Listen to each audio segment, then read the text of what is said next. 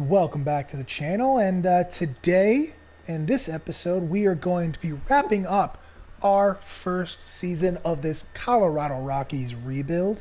As you can see, we are very bad because we were ranked 30th in the league, and just after all those trades that we made in the last episode, just our roster and the MLB is just absolutely disastrous. But that's okay. We were prepared for this, and it is quite okay. We are trying to build this team from the ground up, and we started by restocking the farm system, as you guys remember in the last episode.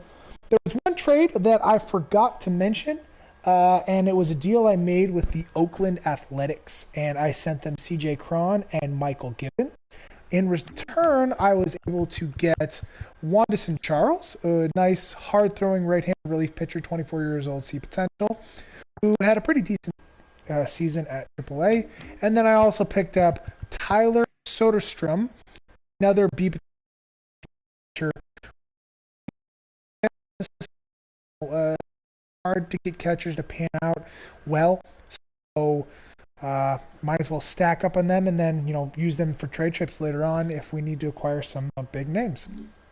So we're going to first start by wrapping up our minor league players, just going through some of the guys, showing you how they performed.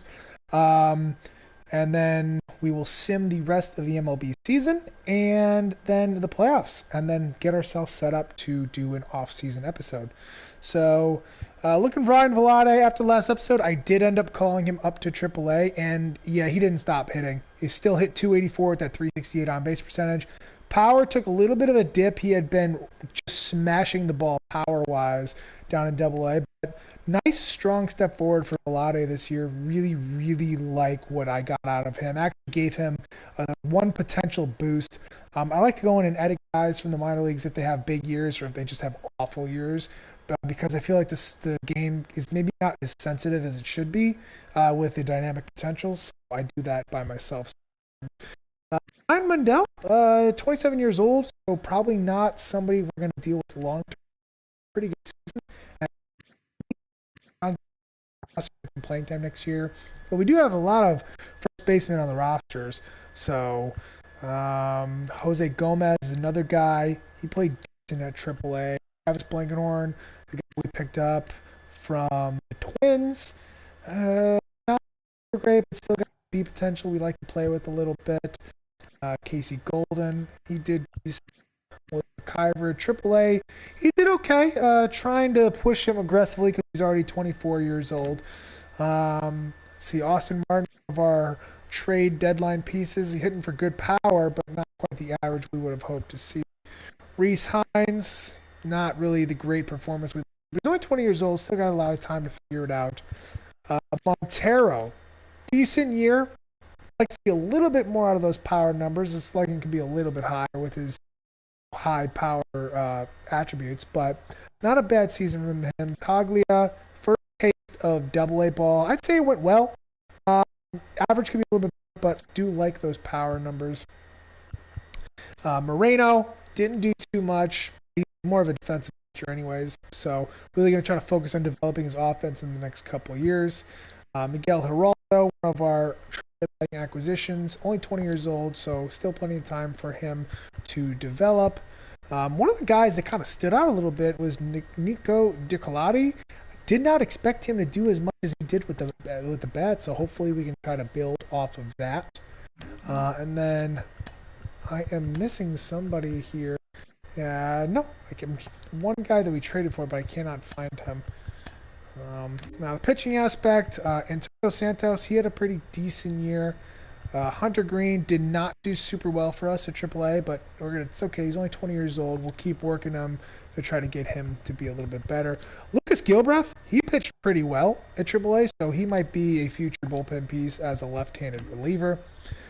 Matthew Thompson, he did pretty decent on his year. Ryan Rollison really had a good second half, so he's pushed himself to a 68 overall, 22 years old. Looking pretty good, but not getting massive growths. He's only sitting at that 60. Tommy Doyle, He did pretty well. Still, he's on the 40-man roster, but I don't think he's going to be really any candidate to make um, the major league roster anytime soon.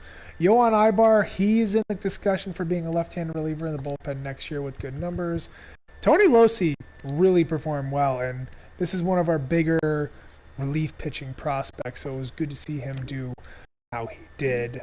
So, all right, so that is recapping some of our minor league guys. I don't see any people that I really want to add or take any potentials away, so we'll just move on and finish up. And then my teams both stunk, so not going to really matter. They're not going to make the playoffs and get any extra playing time. And then what I'm going to do here is let's sim to the end of the season here. Hopefully don't pick up any injuries.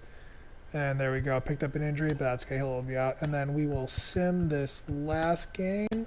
Don't want it to go straight to the playoffs. And then, okay, so we finished the season at 64-98. Let's check out. Wow, 38 games back. I guess that's what happens when you play in the NL West. So let's look. So Jonathan Daza, quite like how he performed. Like the average to be a little bit higher since he's not hitting for a ton of power. But I think another year out of Jonathan Daza. He's more of a fourth outfielder with kind of makeup, but being forced into a starting role here. Trevor Lark, one of our trade decent growth on the year, but definitely still development. We'll see if we start him in the majors next year, or if we want to get him a little bit extra seasoning in AAA first. It really depends on how the offseason goes. Connor Joe, he did okay in a bench role, but once he got thrown into a starter, didn't really do all that much. Ryan McMahon, man, really rough season for him. Power numbers were decent, but not great. Just all around rough season from him. Sam Hilliard will not be back, I think, next year. Just can't make contact consistently enough. He's going to be 28 years old. I don't see a reason to keep him around. Greg Bird, we got what we were hoping to get out of Greg Bird. A little bit more power would have been nice, but he did hit 11 homers, which is really, really good. We like that. Actually hit for a decent average in on-base percentage, so tapping into a little bit of that old Greg Bird potential maybe. So maybe try to give him a full-time role next year. Brendan Rodgers absolutely started cooking after the last episode in AAA. He actually had his average all the way up from 220 to 270, slugging about 450. And here, really, really strong performance in the majors. Really like what we're getting out of him in the Keystone. Jose Garcia was actually hitting about 190 in his major league time when we acquired him from the Reds. So for him to be up to 232, that's a nice little boost, and we know we're getting great defense out of him. Looking at our bench guys, Taylor Jones didn't quite hit for as much pop as we would have liked, but he's more of a lefty smasher, so maybe we put him in a platoon role with Greg Bird next year or something along those lines. Josh Fuentes won't be back next year. Just simply doesn't have what it takes to be a major league player, even on this crappy of a roster. Christian Javier, he was pitching pretty well for us. Hold at the end there. Gomber never got going after that initial injury. Hopefully he can back next year. Chichi Gonzalez. Kyle Freeland, I think we'll bring back and keep in our rotation because, honestly, not the greatest, but he ate a lot of innings for us, and I can't really complain too much. Derek Rodriguez pitched well in AAA, did not translate to the majors. Castellani did well in a long relief role, so I'd like to bring him back again next year. We did get Balazovic some time in the majors here, and he did pretty well, so maybe a rotation candidate for next year, but only being 22, probably not. Yancy Almonte did pretty well. Jairo Diaz ended up on the 40-man roster. He did pretty well. Ben Bowden was pitching pretty well. What was his FIP? I think it's going to be, he gave him quite a few home runs, so he got some pretty good development in the minors before we called him up, so I can't complain too much about that prior to this. Carlos Estevez, he did well at some time. Robert Stevenson took off. He's all the way up to, you see that 78 overall. Really did well in the closer's role. Let's see, what was his FIP? 2.21, so actually lower than his ERA. That's what we were hoping to get out of Robert Stevenson. Maybe we can get a little bit more growth out of him next year, and he'll be a top candidate. Probably won't want to keep him around long term because he's running out of service time before he reaches free agency. And we don't really want to keep guys as relievers right now because long term doesn't really help us. So we finished 64 and 98, and the is over. So let's go take a look at the standings. So starting the AL East, the Yankees, they finished with an 86 and 76 record, and they won the American League East. The Twins did not really pay off their trades they made with us. I mean, they still made the division. They're in the still made the wild card, but the White Sox are able to overtake them. We'll have to go. Let's go take a look at Charlie Blackmon. How did Charlie Blackmon finish with the White Sox? Yeah, I mean, he stayed pretty hot. His overall dropped so much. It's crazy because he's got that beat potential and he's only 34 and he was playing well. It's so weird. I have no explanation for why his overall dropped so much, but he played well for them and should still be a piece for them next year. So let's go back to the Astros. Wow, look at the Mariners. They made the playoffs. That's crazy. Did not expect that at all. Astros, they have the best record in the American League. Not in baseball, though. That's going to go to the Mets. But so Mariners and Twins both won the wild card. Mets just killed it. 104 and 58. And then, oh my gosh, the Reds just tanked after that huge blockbuster trade with us. Yeah, let's go check how do those guys do that we traded them. Did they not perform, and did the rest of the team fall apart? So John Gray stayed just filthy for him. So it wasn't on John Gray. He definitely performed well. Kinley, looks like Kinley kind of fell back a little bit. Yeah, Kinley wasn't great for them. And then let's take a look at last guy we traded them was Raimel Tapia, who honestly did pretty well. So it wasn't really the guys we traded them, just other guys seeming to fall apart. But again, all those players are going to be around for a couple more years for the Reds, so they can't be too mad at the final results. The Brewers took the wild card, and the Cubs won the division. Ooh, tight race there by a game only. And then the Dodgers and Giants out of the West. Wow, Giants 91 and 71. And then the Padres missed the playoffs. Disappointing. And also, this game's broken. How did the Diamondbacks finish above 500? I don't get it. It's crazy. But let's look at, we got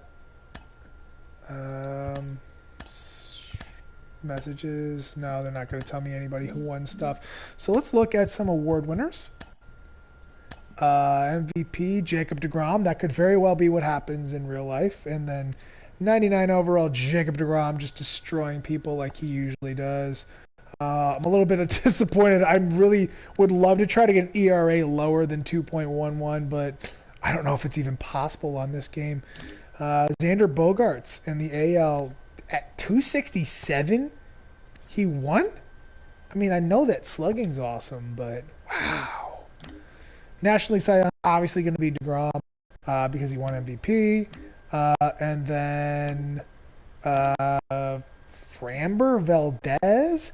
I think this happened in the franchise as well. Framber Valdez just out of nowhere won the AL Cy Young. I don't know how it happened, but that's crazy. Batting title, Yohan Moncada. He hit 310. Just above Kyle Tucker. And then Seager hit 310 as well. So pretty nice number there. And then that is it. So let us sim. Let's go by the week here. So let's see. So Minnesota defeated Seattle in the wild card round and then jumped out to a 2-0 lead on Houston. Remember, Minnesota traded for Trevor Story. So looks like that money move is paying off nice and early. Over in the NL side, Milwaukee defeated the Giants, and then they are down 2-1 to the Mets. So let's do another week here. So Minnesota won that 3-2 in 5. So Houston roared back, forced a game 5, but Minnesota is able to take it. But now Minnesota's down by 2 to the New York Yankees. Please don't let the Yankees win anything in the franchise. I really don't want to see the Yankees win anything. Wow, Milwaukee was able to overtake the Mets, and now Cubs Brewers NLCS. Can you say unrealistic? Awful this year. It just breaks my heart. But all right, let's sim another week and see who's in the World Series. We've got the Yankees and the Cubs. Why are you so? Both of these teams are awful this year. How is this happening right now? So, well, all right, let's go game by game. So we've got Kyle Hendricks versus Garrett Cole, and 12-7 victory. Wow, you don't see many of those in World Series contests. So Alzolay versus Severino. Wow, 11-3 victory. Davies versus Montgomery. And that is a victory for the Yankees. They say a series doesn't start until the home team loses a game.